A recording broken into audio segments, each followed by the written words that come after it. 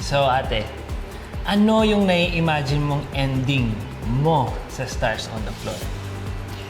Alam mo, honestly, if I can confess, I think start pa lang, ini-imagine ko, hindi ako aabot sa finale episode. Parang natatakot ako sa self ko na anytime mag-give up ako or ayoko na, kaya na nila yan. Makakahanap naman siguro sila ng tunay na may dancing background that can fill in my spot. You know, na hindi mahihirapan yung magiging permanent duo.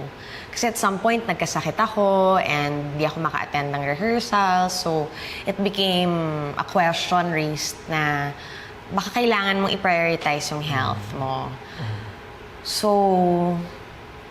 bukod sa self-doubts, pati yung health, nakadagdag na hala, baka di nga ako umabot sa dulo. Baka nga it's a sign na I should take time off. But etong nakaabot na tayo dito, parang natanong ko, paano ako nakaabot dito? Kasi sometimes, yung pagka-stubbornness ko din, nakakatulong sa ganong doubts and